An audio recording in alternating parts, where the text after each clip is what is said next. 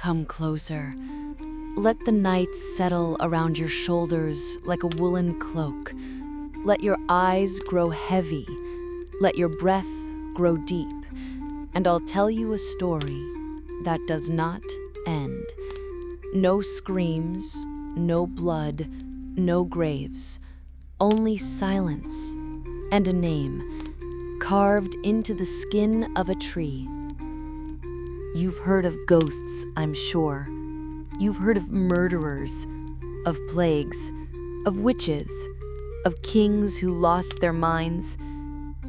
But what do you call it when an entire town disappears?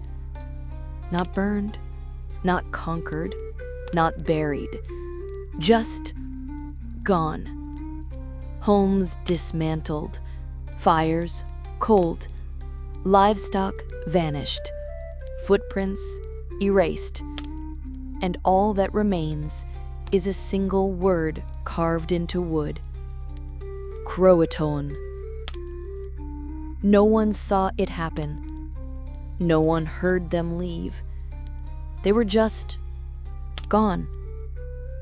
Over 100 men, women, and children vanished without a sound, without a trace, without a story. Until now.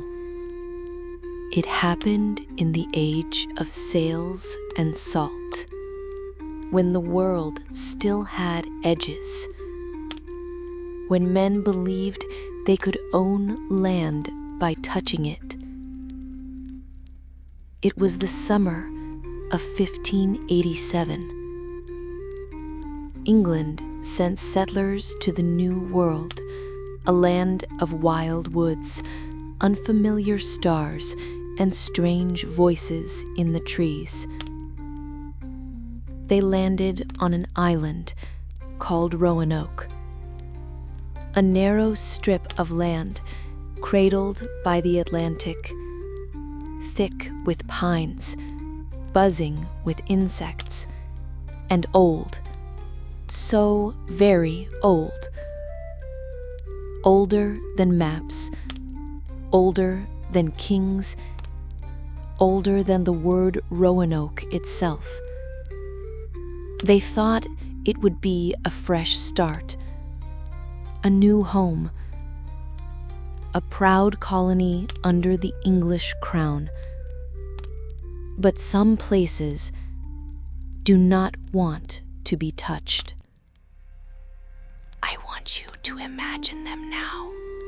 115 souls, dressed in wool, in linen, their boots still wet from sea spray, their skins sunburned, their stomachs hollow.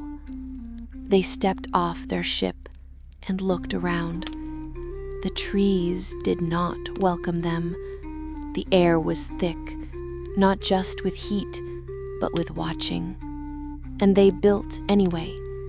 Houses, fences, a fort. They planted seeds, they hunted, they prayed, they bled, and they waited. They waited for more supplies, for reinforcements, for their governor, John White, to return from England with help. But he did not return. Not for weeks, not for months, not for 3 entire years. In that time, the world changed. Wars flared, ships sank, kings died, and Roanoke was forgotten.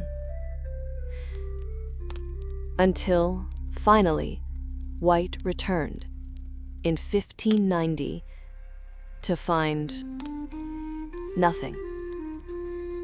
No bodies, no signs of war, no screams, no blood, just stillness.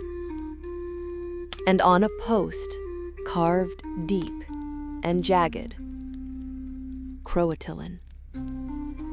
Because you see, not all disappearances are crimes.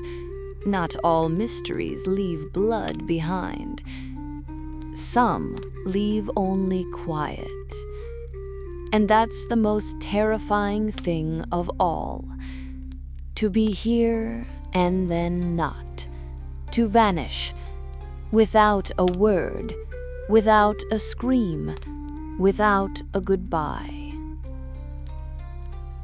That is the story I will tell you tonight. So close your eyes, breathe slowly, feel the rhythm of the sea pulling you deeper, and listen.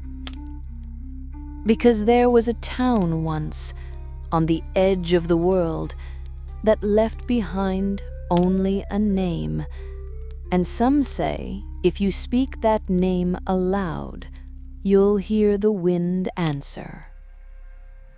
So be careful and stay with me, because tonight we remember Roanoke.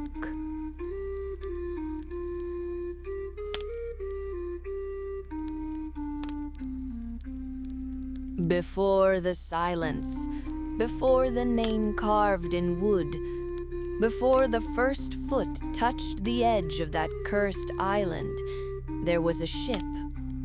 Small, crowded, carried more hope than it did supplies, and it sailed toward a place the maps barely knew, a name spoken only in taverns and war rooms, a name whispered by kings and merchants and fools: Virginia.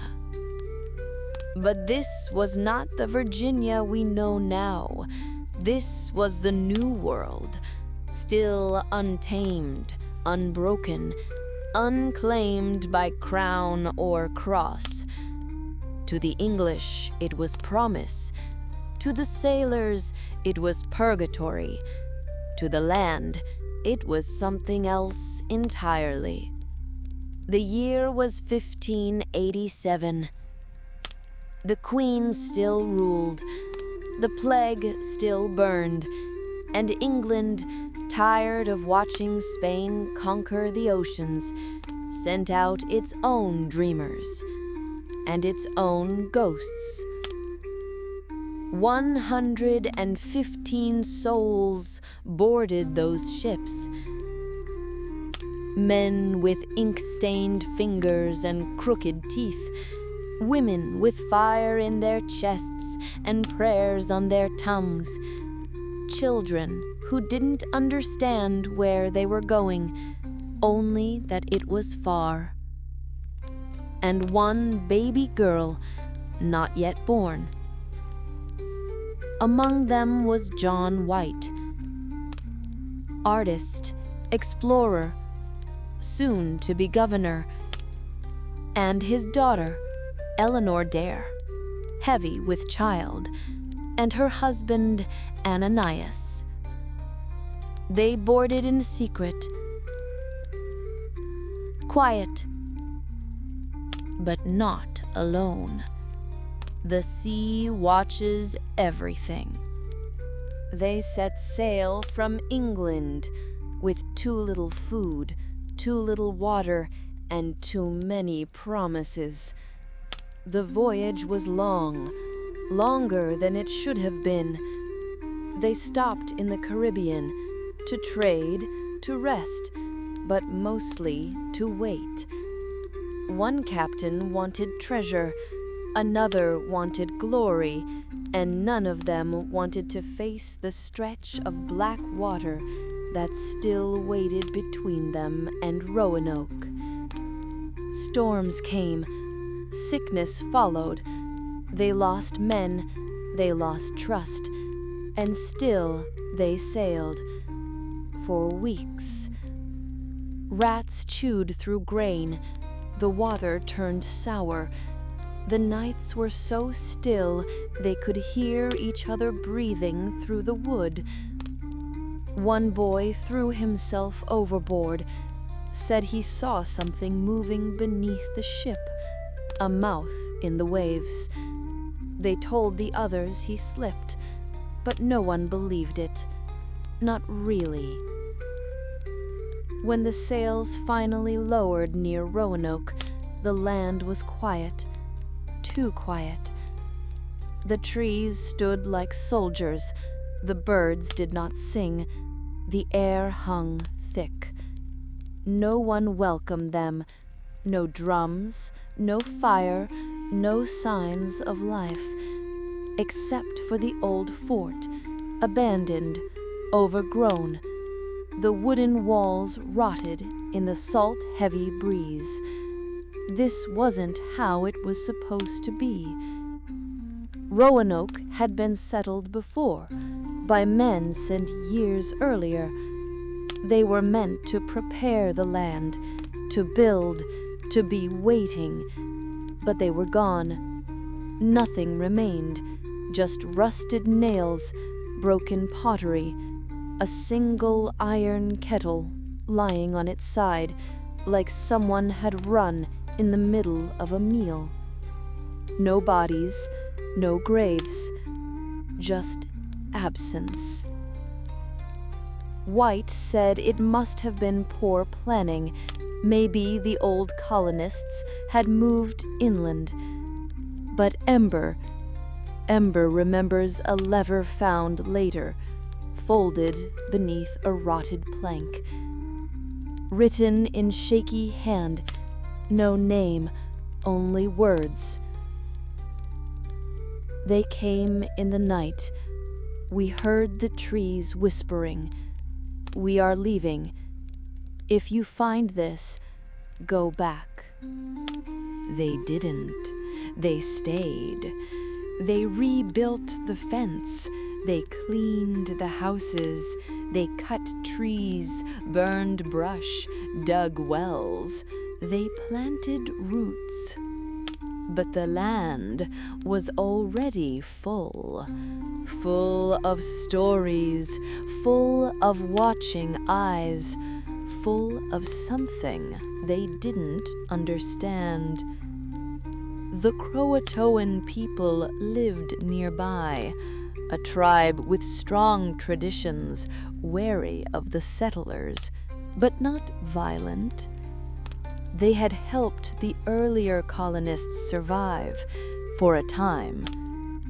Some of them still came through the trees, watched, offered fish sometimes only silence. The settlers didn't know what to make of them. Were they friends? Were they spies? One child, a boy named Thomas, said he saw one of them speak to the wind, said the trees answered. He was beaten for lying, but he never spoke again. John White, as governor, was supposed to keep order, but he was no leader. He was a painter, a traveler. He sketched fish and flowers more than he spoke to men. And Eleanor, his daughter, now heavily pregnant, begged him for more food, for clean water, for safety. White decided the only option was to return to England, to plead for more supplies, to bring ships, to rescue the colony from starvation. The people agreed. They wrote his name on the fence in coal, in case he never returned. And then he left. The sea swallowed him again, and Roanoke was alone. 115 people, one fragile fort, an island that didn't want them, and something waiting in the trees. They did not know it yet, but they were already a story, a name, a whisper, a question carved into time. But we're not there yet. The baby was still to be born, the last meal still to be cooked. the final sunset, still to be watched by those who did not know it would be their last. Ember slowing. They say history is a list of names and dates, but I say it is a song, one that repeats, one that remembers. And Roanoke, its note is still playing, soft, just beneath the hum of the sea. In the next breath, I'll tell you what happened after John White was gone, how the silence grew, how the fire dimmed, how the names began to vanish one by one, and how the land remembered. Stay with me. He left them. John White, with his cracked compass and ink-stained fingers, sailed east, back across the churning sea, back to England. He promised them food, guns, men. He promised to return in a few weeks, but weeks became months, and the colony waited. At first, they held on to hope. The fort stayed busy. The fields were tended. The well was kept clear of rot. Eleanor Dare gave birth beneath the pine beams of a half-built house, a baby girl. They named her Virginia, the first child born to English parents in the New World. She cried like thunder. They said she would be strong, blessed. They did not know she would become a ghost. Food ran low quickly. The corn withered. The rabbits vanished. The fish turned up dead, bloated and slick with yellow slime. The Croatans stopped visiting. No more offerings. No more silent stares from the trees. Only the crows stayed, watching from the branches, calling out at dawn like tolling bells. Then the sickness began, a cough that turned to blood, a fever that came with black marks beneath the skin. Children cried and would not wake. Mothers wept into empty bowls. And the nights grew louder, not with voices, not at first, with sounds.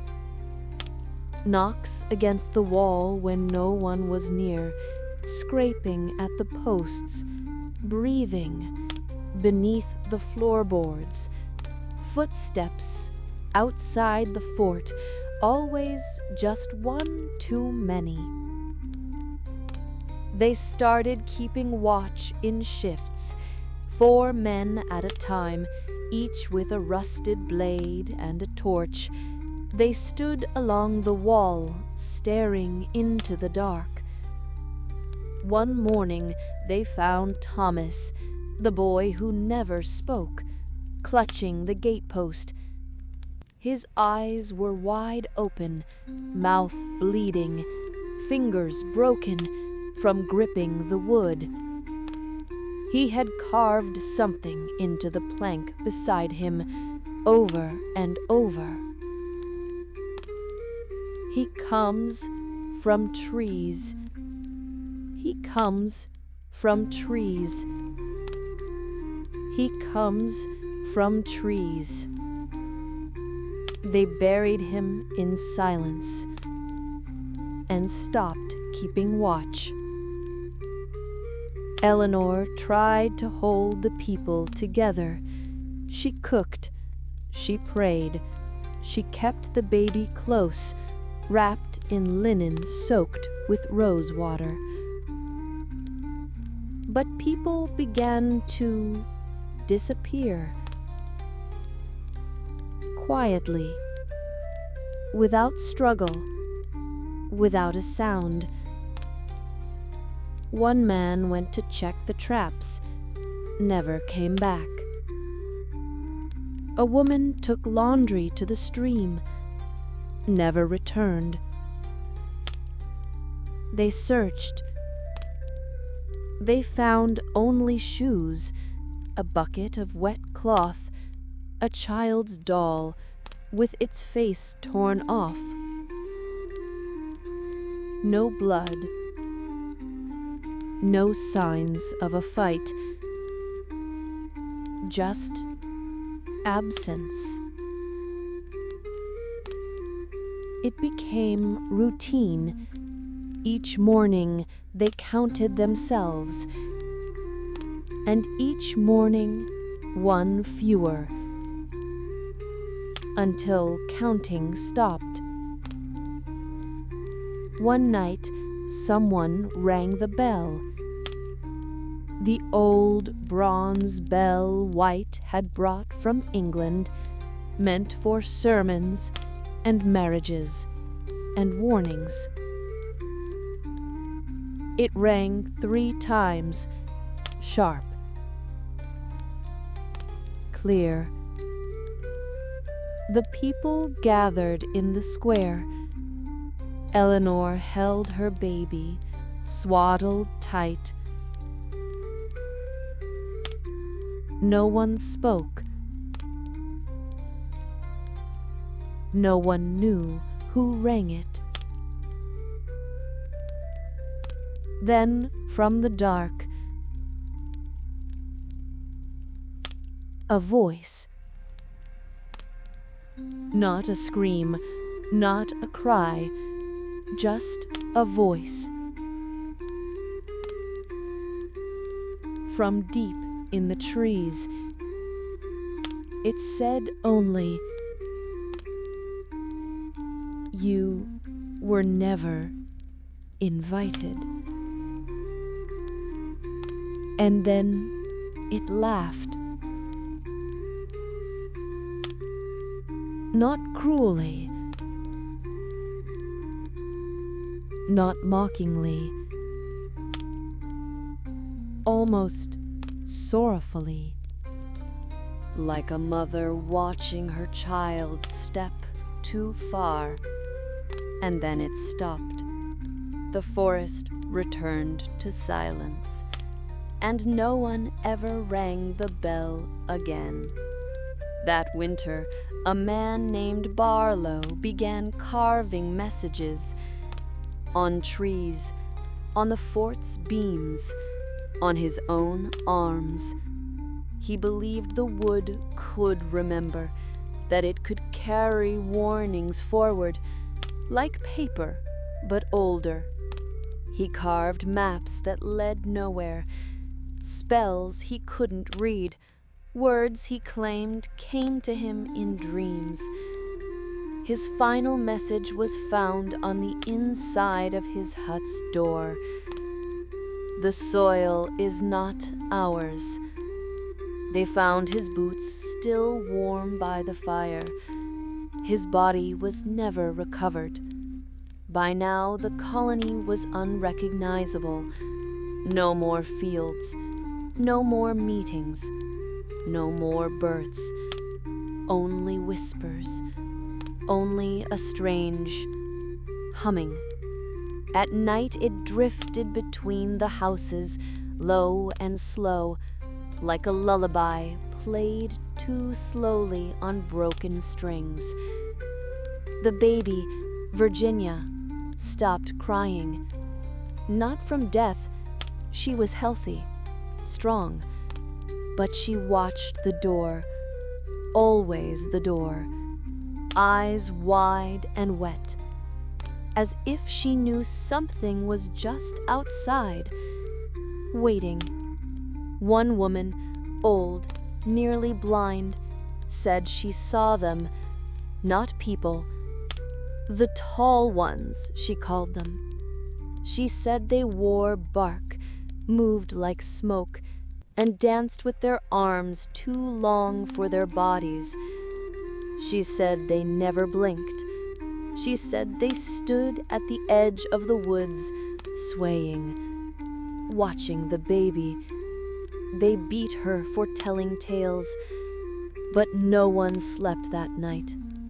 One of the last messages scratched into the gate before the final silence read, "He waits beneath." Another carved into the well wall, "Forgive the seed."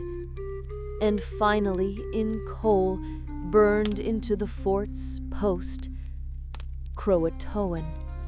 Just one word, not signed, not explained, but final. A door closed, a breath held forever. Ember, soft, mournful. Some say they fled, that they joined the Croatoan, that they broke apart and scattered to the forest, to the sea. But Ember knows. They did not leave. They were taken by silence, by something older than hunger, older than the trees, by a rhythm no one could resist, one by one, until the wind forgot their names and the soil closed above them. 3 years. That's how long it took him. John White, governor, artist, father, finally returned to Roanoke in the year of 1590. 3 years. The child he left behind should have been walking, talking, laughing. The colony should have grown, a small town by now, filled with smoke and children, and hymns carried on the wind. But when White stepped onto the sand, there was no laughter, no fire, no welcome, only wind and silence. He shouted their names, Ananias, Eleanor, Virginia. He searched the beach, the fort, the woods. No reply. The houses were gone, dismantled, neatly. No broken boards, no blood, no signs of struggle. Just absence, clean, deliberate, as if the colony had folded itself away. White walked to the oak tree near the main path, the one that had once held a swing, his granddaughter's favorite. Carved into its bark, deep and uneven, C-R-O. 3 letters. No explanation. Farther in, at the edge of the old fort's gate, another carving. This one longer, spelled out in tall, sharp lines. Croatoan. No cross, no symbol of distress, no cries for help, just a word. Croatoan. It was a name he knew, a tribe, friendly to the English, an island not far from Roanoke.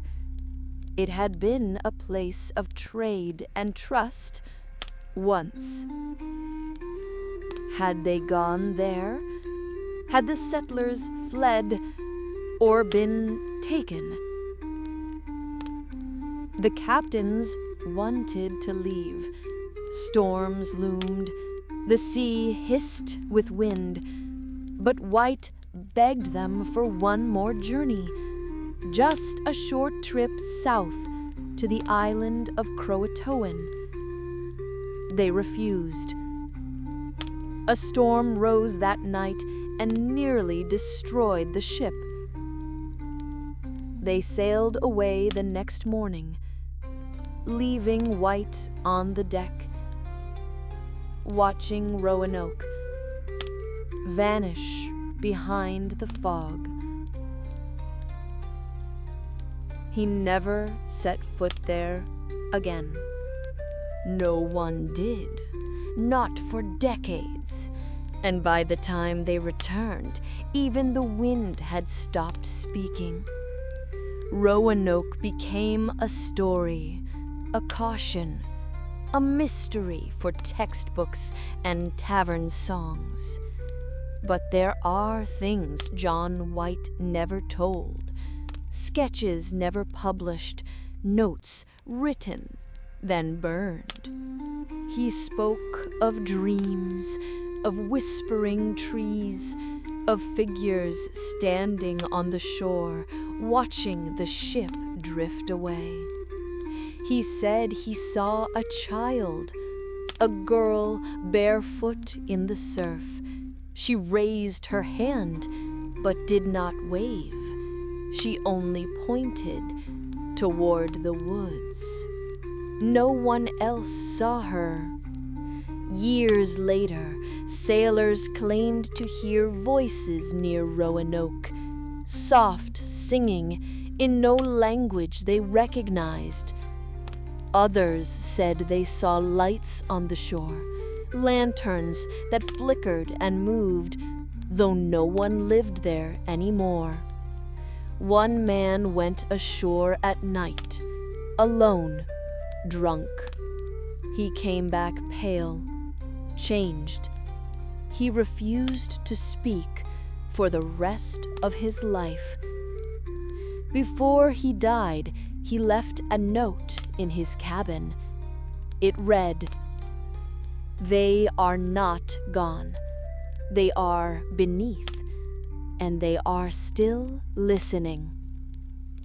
Others claimed the colonists survived, that they were taken in by native tribes, that they became one with the land.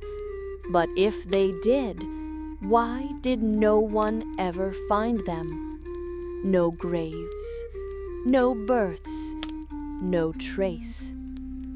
Just echoes, just silence, and one word carved in wood. I do not believe they fled, or starved, or were killed. I believe they were absorbed, swallowed by something older than Roanoke, older than names, older than memory. Something that lives in quiet places, that hates fences and paper and prayer. Something that sees colonists as questions to be answered, with roots, with silence, with disappearance.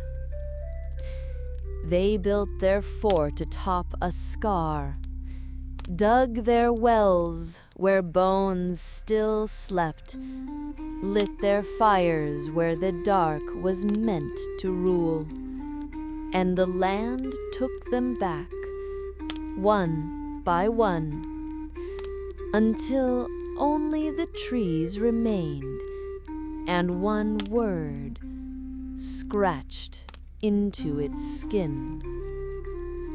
He never went back.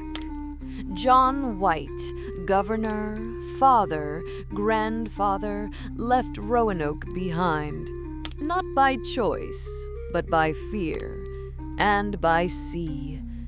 The storm that chased them from the coast split the sky like bone, waves higher than the sails, the ship barely held. When they finally reached safe harbor, months had passed, and Roanoke had disappeared behind time, forever. He tried, he begged, he offered everything he had for another expedition, but no one listened. The Queen was at war, ships were needed elsewhere. The colony was declared lost, and so it was. White died years later, quietly, with ink stains still on his hands. His final sketches were never published. Some say he burned them, others say he buried them in a hollow tree. But he left behind a single sentence scribbled in the corner of a page. No context, no title, just a whisper between brushstrokes. I heard them singing, but there were no mouths. Back in England, the Roanoke settlers became a curiosity, a question. Some saw them as martyrs, pioneers swallowed by a cruel land, proof that God had not yet granted the English favor in the New World. Others simply forgot. Their names were struck from records, their debts erased, their land claims nullified.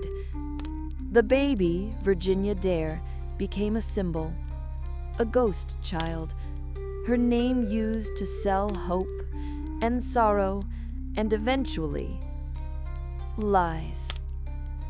But the truth stayed behind, in the woods, in the soil, in the spaces between the trees, and the word. Always the word, carved deep. Not like a name, not like a cry, like a command. Croatoan. Some say it was a destination, the place the colonists meant to go.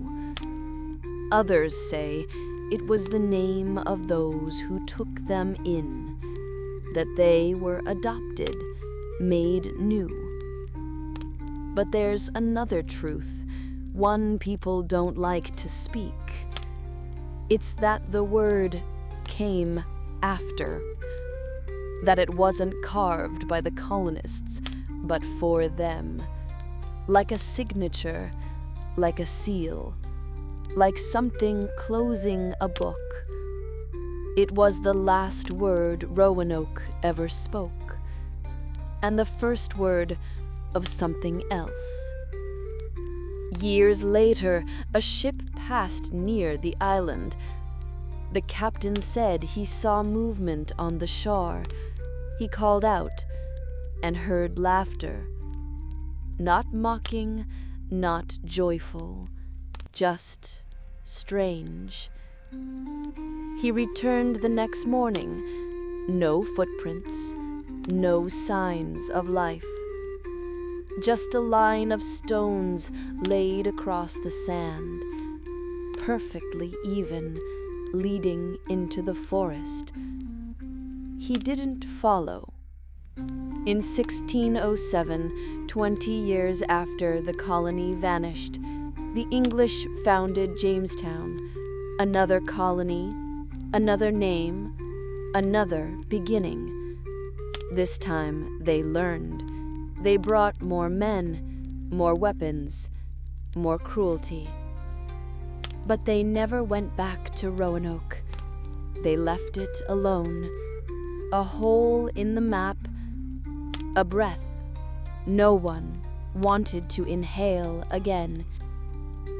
But Ember remembers. She always remembers.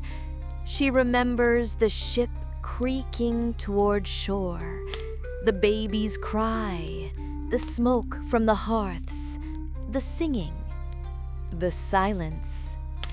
She remembers them, the ones who stayed, the ones who watched, the ones who never blinked.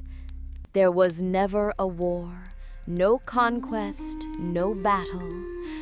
Roanoke simply ceased, like a candle snuffed out by no hand, like a name whispered too softly to echo.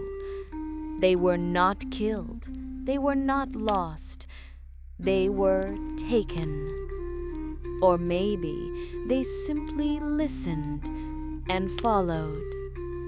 Ember, faint now, like breath in your ear. So that is the end of what the world knows. Ships, journals, carvings, everything else that comes after.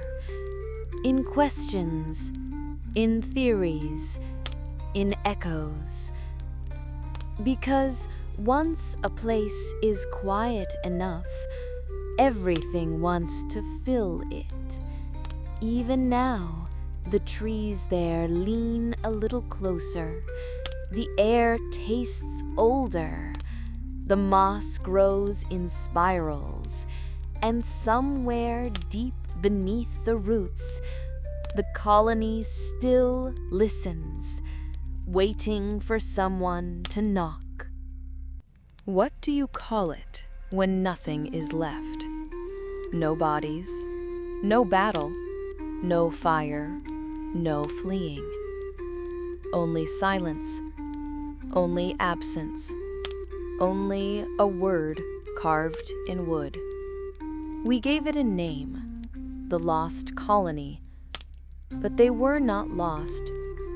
They were simply unanswered. Years passed and no one came to find them. The soil grew back. The wind carried away the ashes that never were. The wooden posts turned to rot, then mulch, then dust. Trees reclaimed the paths. The sea erased the harbor. And Roanoke became a grave without bones. But the stories didn't die. They changed. Grew roots of their own. The Croatoan people spoke of pale visitors who vanished into the woods, of voices calling from the rivers, of children found wandering without memory, speaking in half English. A missionary once said he met a boy with gray eyes and a British name. He was told the child's mother walked into the woods during a red moon and never returned. Another report claimed to find a tall woman in a native village, wrapped in European linen, with a small tattoo on her ankle. A ship. But no proof, no records, only stories, only shadows. Others told of travelers who approached the island at night and felt suddenly ill, fevered, panicked, as if something inside the air itself whispered, "Leave." They obeyed. Not out of fear, but instinct. Like prey that knows the shape of a predator by its silence. In time, Roanoke became more myth than map, a curiosity for historians, a puzzle for treasure hunters, a setting for stories that always begin with, "No one knows what really happened." But Ember, she knows more than most. She knows what happens when too many people tread where they shouldn't, when they plant flags in soil that remembers older names, when they light fires in places that prefer darkness. She's seen it in Roanoke, in other places. The pattern is always the same: hope, settlement, silence, a name left behind. But not just any name. Croatan. Even now, it carries weight. A shiver down the spine. A word that feels heavier than it should. It's been found scratched into ship walls before disasters, carved into asylum beds before disappearances, whispered by the dying, even in other lands, other languages. Some say it means place of talkers. Others say it was a warning. But Ember wonders, what if it was the last thing they heard? A voice. Not cruel, not kind, just final. Croatan. And then, nothing. The island is still there, if you go looking. Covered in pine and sand, older now, quieter. But people do not camp there. They do not stay long. A local guide says compasses spin, batteries die, phones ring once, with no number, and never again. They say you can hear crying just behind the brush, but when you look, there's only trees. They say the trees shift just slightly when no one moves. And if you wake at night, sometimes the shadows don't feel like yours. I once knew a man who visited, a writer, curious, too curious. He brought books, he brought candles, he brought a recorder, and he left after one night. He would not speak of what happened. He left his gear behind. He never wrote again. He told me only one thing. The island is not empty. Then he walked into the sea, fully clothed, smiling. They never found him. So, that is the end of the beginning, the story of the colony, as we were told. They sailed, they settled, they disappeared. But stories do not vanish so easily. They ripple, they echo, they return. And Roanoke has never stopped echoing. It lives now in the places we don't look, in the corners of history where silence was too loud to write down, in the breath between facts where fear still sleeps. And so we close the chapter. But we do not close the book, because next we must ask, what truly happened? We've walked the timeline. Now let's walk the theories, the lies, the wild truths, and the darker possibilities that history refused to touch. I will show them to you, all of them, one whisper at a time.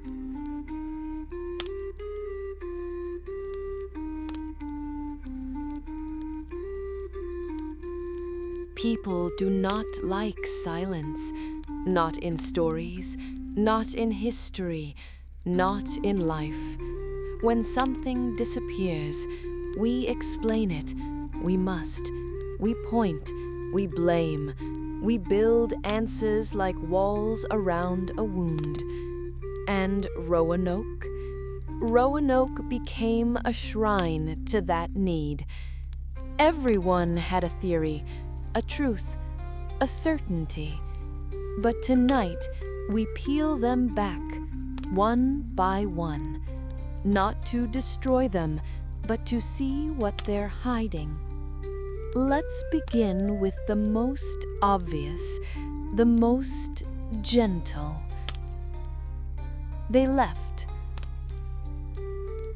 That's the story children were told, that the settlers packed their things, followed a friendly tribe, and made a new life somewhere safer. It sounds peaceful, doesn't it? The Croatoan were nearby. They had helped the English before. Some even spoke a little of their language. They traded fish, beads, furs, so maybe. When the food ran out, when the fear grew too loud, the settlers looked to the trees and saw an open hand. They carved the word Croatoan as a message. We are here. That's what the historians say. But Ember has questions. If they left, where did they go? Why was there no trail, no maps, no plans, no signs of departure? The houses were dismantled, yes, but their boats were gone too. Did they row to the island, all of them, at once, without White's help, without weapons? And when later expeditions searched that island, they found nothing. No houses, no graves, no half-English children or buried trinkets, just wind and waves. One story says a group of native scouts found a tall woman in European dress, living among a southern tribe. Another tells of a boy with blue eyes chanting prayers before battle. But those stories have no roots. And Ember knows a story without roots is not a tree, it's smoke. Perhaps the settlers tried to join the Croatoan. Perhaps some were taken in, but all of them? And why was there never a message sent back? Not even one. And what of the baby? The first child born on American soil? Gone without even a whisper. A mother would not leave her name behind so easily. And yet, Eleanor Dare left nothing. Not a note, not a cross, not a sign. Only the word. Now we move to the next theory, one soaked in salt water and sorrow. A storm took them. The outer banks are violent. The sea lashes the shore like a whip. Winds twist trees into bowing submission. Storm surges can swallow entire villages.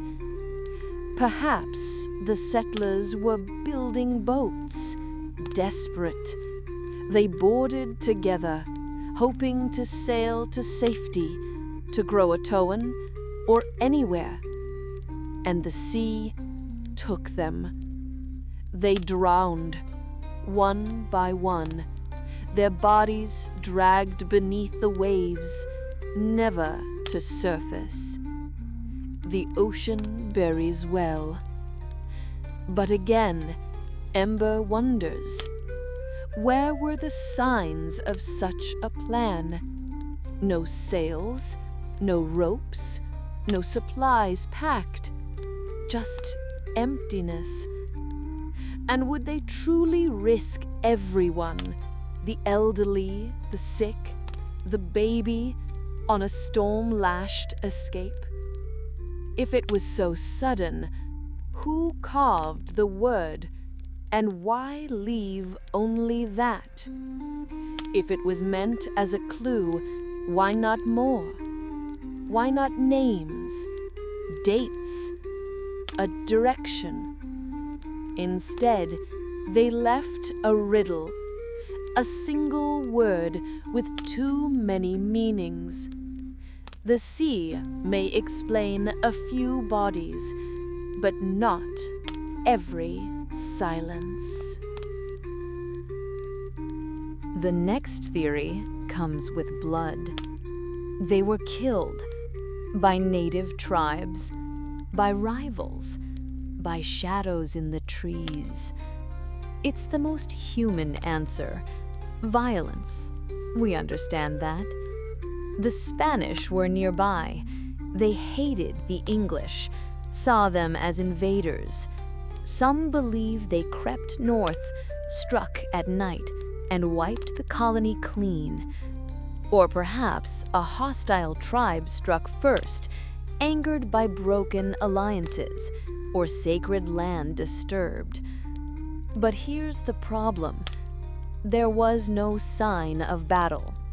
No broken gates, no burned walls, no arrowheads or gunfire wounds. The homes were taken down, not destroyed. The graves, if they existed, were hidden. Who kills over 100 people without a trace? Not a war, not a raid, a disappearance. And Ember has never known a human war that tidy. One explorer, decades later, said he found a skull near a fire pit, cracked, bleached, but no proof it belonged to the colony, no certainty it wasn't just a story. That's the thing about Roanoke. Too many words, too few bones. Violence is loud, but this was quiet, careful, complete, like a candle gently blown out. So what's left? What do you believe? That they left? That they sank? That they were killed? Or was something else involved? Something older than Spain, older than maps, older than the word Roanoke itself? Let's go deeper. In the next breath, Ember will walk with you into the stranger theories, the ones whispered by those who've seen too much, the ones that do not ask who took them, but instead, what? We've wandered through reason. We've traced the maps, weighed the storms, imagined the blades. And still, no answer fits the wound. So what if we stop asking who and start asking what? Because Roanoke is not the only place where silence blooms like rot. And some say the land remembers. Let me show you a different kind of theory, not one written in ink, but in moss. Some believe Roanoke was cursed, not by spell or hex, but by presence. That long before the English arrived, the island was already sacred, marked, a place of spirits, of rituals, of names never spoken aloud. And the settlers? They built their homes on top of those names, cut down the trees that were never meant to fall, dug their wells into bones. They say one of the local tribes, not the Croatoan, but another, refused to step foot on that part of the island, not out of fear, but respect. Or fear that looked like respect. A story survived from the early days, passed through tongues like a thorn. A settler, nameless now, chased a rabbit deep into the woods. He followed it for over an hour, through twisted paths, past fallen logs, into fog that seemed to rise from the ground. When he emerged, he was alone. He returned to the fort, pale, trembling, covered in leaves. He couldn't speak. When he finally did, he whispered, "It isn't land. It's mouth." They laughed. Then they found the rabbit. It had no eyes, only small scratches on its back legs, as if it had been pulled. Another tale. A woman heard her name called, softly, from the trees, but when she turned, no one stood there. She walked into the woods, vanished. They found her shoes, neatly placed, and a handprint pressed into the dirt, too large for any man, too long. It had 6 fingers. Some modern researchers have whispered another possibility, that the settlers did not die or flee, but simply slipped through time or between layers of this world. They call it a thin place where reality folds, where time leaks like water from a cracked jug. Roanoke, they say, may sit on one, a place where the present isn't strong enough to hold its shape, where memory becomes place and place becomes gone. In 1937, a pilot flew over the island at dusk. He said he saw fires, 3 evenly spaced, glowing red. No movement, no people, just light. When he returned the next day, nothing. No ash, no logs, no marks, just pine and silence. He never flew again. Another theory, stranger still, that Roanoke was claimed by a tulpa, a thought being, an idea made real. That so many people feared the unknown that it became real. Fear summoned a shape, a rhythm, a watcher. Not man, not God, but something in between. Something that fed on their silence, grew stronger with every missing name. A town's fear made flesh. And when it was strong enough, it closed its hand. You may laugh or shake your head, but let me ask, is it more absurd than 100 people vanishing without a trace, without bones, without fire, without even a scream? Reason brings comfort, but fear brings memory, and fear remembers Roanoke well. One final whisper. There is a theory, hidden in letters never published, journals never bound, that the word Croatoan was not a message. It was a warning, or a binding, a name spoken to keep something in place. Like a seal, like a ward. And carving it was not a clue for rescuers, it was a spell to keep something from following.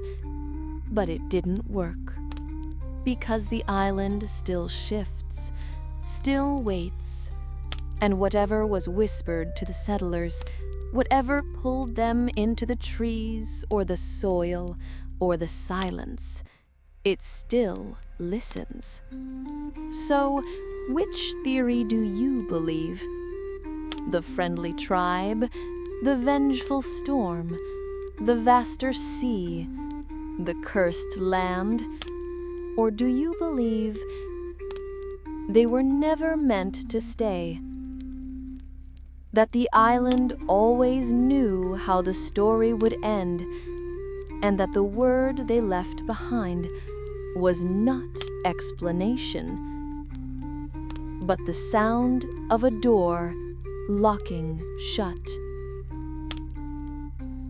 Some stories end tidy, tied with string, placed on shelves when no one dares to open them again. But Roanoke is not one of those. Because even now, there are echoes. Stories that surface, soft as breath, cold as soil. Stories that say Roanoke is not finished. Let me show you what I mean. In 1891, a surveyor named Ellis was mapping coastal land near the Outer Banks. He traveled alone with a compass, a tent, and a notebook. On his third night, he wrote, "Saw firelight across the inlet, not a campfire. 3 flames in a triangle, no smoke, no flicker, no movement." He tried to row toward them, but the tide turned. His boat wouldn't move. He awoke the next morning, not on the shore, but back at camp. His tent was untouched, his boots were wet, and the firelight was gone. He left the island that day, wrote one final note before disappearing into the hills of West Virginia. He wrote, "I believe they are still there. Not living, not dead, just waiting." A local woman, Caroline Brandt, claimed her grandmother once saw the white ones walking the tree line. She said they didn't speak, didn't blink, didn't breathe, but they watched, always watched, especially the children. Her grandmother kept salt at the windows, braided her hair in knots before bed, and never let the fire die. When asked why, she simply said, "They follow light, so we must burn brighter." In 1943, a naval signalman stationed on a nearby outpost wrote a strange report. He was monitoring shortwave traffic when he picked up a signal. Faint, distorted, but unmistakably English. He described it like this: female voice, early 20s, accent unfamiliar, message repeated twice, said, "Virginia, Virginia, they are inside the trees."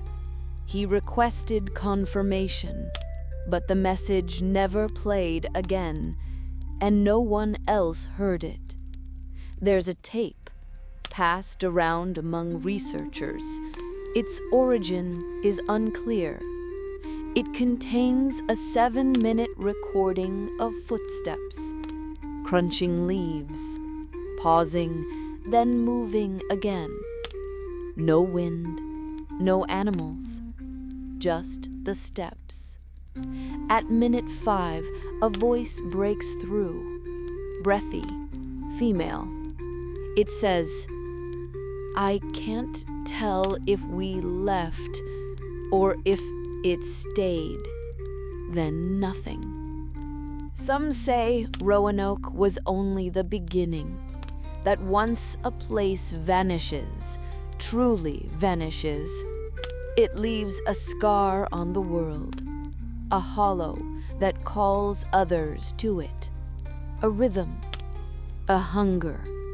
They say the word Croatan has been found in strange places, carved into the bedposts of a missing girl in 1935, written on the wall of a hospital room where the patient vanished, scribbled in blood near the site of a plane crash where the black box was never recovered, always in capital letters, always alone, always unexplained. You may ask, why?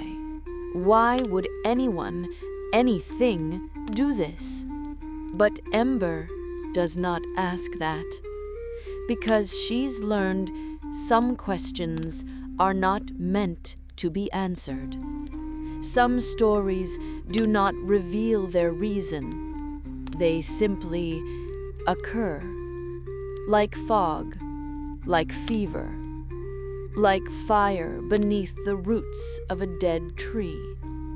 They exist because they can. And maybe because someone long ago gave them permission, with a carving, a name, a word etched into wood that should never have been touched. Croatoan.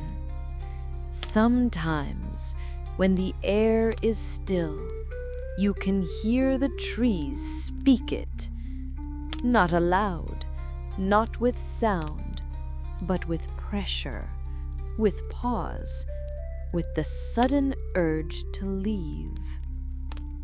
If you ever visit that coastline, stand quiet, breathe deep, and if you feel that silence, don't move, don't speak.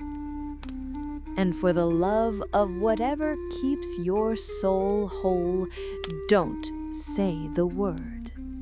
So what happened to Roanoke? Was it hunger, storm, war, madness? Or was it something else? Something older, something waiting, a name spoken once too loudly, a path walked one step too far. I cannot tell you what took them, but I can tell you this: they never came back, because they were never meant to, and those who go looking do not always return with the same eyes. Let that be enough for tonight. Let the names rest. Let the trees sleep. Because soon we'll reach the edge of the map. And what lies beyond? Well, some stories should not be told alone.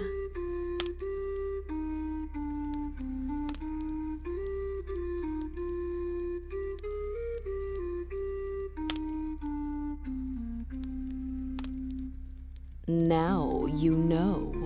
Not everything, not the answer, but the shape of the question, the sound of the silence. You've walked with me through storms and ships and trees that do not sleep. You've seen names carved in wood and heard voices that may never have been born. So rest now, breathe deeper, Let your heart beat slow, but don't forget what you've heard, because some stories stay with you, even in sleep, especially in sleep.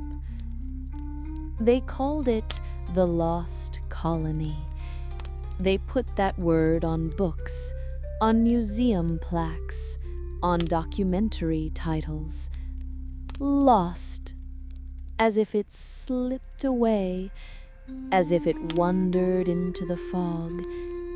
But you and I, we know better. It wasn't lost. It was taken, or folded, or claimed, and it left no bones behind, only a whisper and a name. Croatoan. It hangs like a scent, sharp, unnatural. It hums in the corners of maps. It waits in places where the ground feels too still and the air too old. A word that wasn't meant to be found, but was, carved where a child might see it, where a mother might weep before it. A word without explanation, without answer, without comfort. You might wonder, why are these stories the ones we whisper before sleep? Why not fairy tales? Why not warm endings in silver linings? Because those are stories for the day, for the hours when the sun chases away the edges. But the night deserves truth. Soft truths, dark truths, truths that don't need to scream to be heard. And Roanoke is one of them. A truth too quiet for the world, but not too quiet for you. Some say the colonists still walk, not as ghosts, not as spirits, but as memories given form. That they are seen when the trees lean too far in, that they press their hands to windows during storms, their fingers leaving no prints, only cold. I've never seen them, but I've felt them. In the hush before a lantern flickers, in the pause between dreams, in the sudden certainty that something outside the room is listening. Let me tell you what I see when I close my eyes. I see a baby wrapped in linen, wide-eyed, silent. I see her mother braiding her hair, not for vanity, for protection. Each strand twisted with an old rhyme. If I braid it tight, I'll sleep through night. If I braid it loose, he'll walk me to noose. A prayer, a warning, a lullaby from a world already breaking.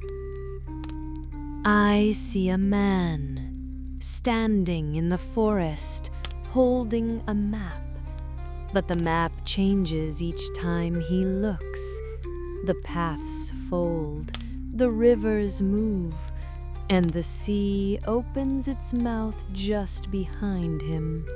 I see a house, empty but warm, as if someone just stepped outside for a moment and never returned. A pot on the fire, a doll on the bed, a name half written in coal on the wall, L, and nothing more. I see trees, always trees, too close together, moving when they shouldn't, whispering with voices they never owned. And I hear a song, not made by lips, but by pressure. It says, they came where they should not, they asked what they should not, and they listened when they should have run. The sea does not keep what it claims, it wears its dead like jewelry. But Roanoke is clean, sterile, like something trying to forget what it did, or something very proud of it. Some scholars still argue. Some say it was famine. Others say war. Some call it the simple failure of empire. But they do not close their eyes when they say it. They do not sit alone by candlelight. They do not feel the weight of that word, Croatoan. They speak facts, but not fear. And that makes them deaf, because the truth always hums before it sings, and Roanoke has never stopped humming. So what now? You've heard the story. You felt its weight in your chest. You may think it's over, but stories like this don't end. They pause. They wait. They listen for footsteps in the dark. And when you dream tonight, if you dream, and the ground beneath you feels softer than it should, don't dig, don't ask, and above all, don't answer if someone calls your name in the woods. Sleep, child. The past cannot reach you here, but the memory is still walking. Let it pass by your window. Let it drift beneath your bed. Let it knock once, maybe twice, but do not open the door. Not for voices, not for names, not for whispers that sound too familiar. The candle is low now. I can see the wick almost gone, and when it fades, I'll fade with it. But you must rest. Let the sea still, let the trees hush, let the wind remember another name for once. Tonight, you are safe, because I remember for you. Sleep well, if you can.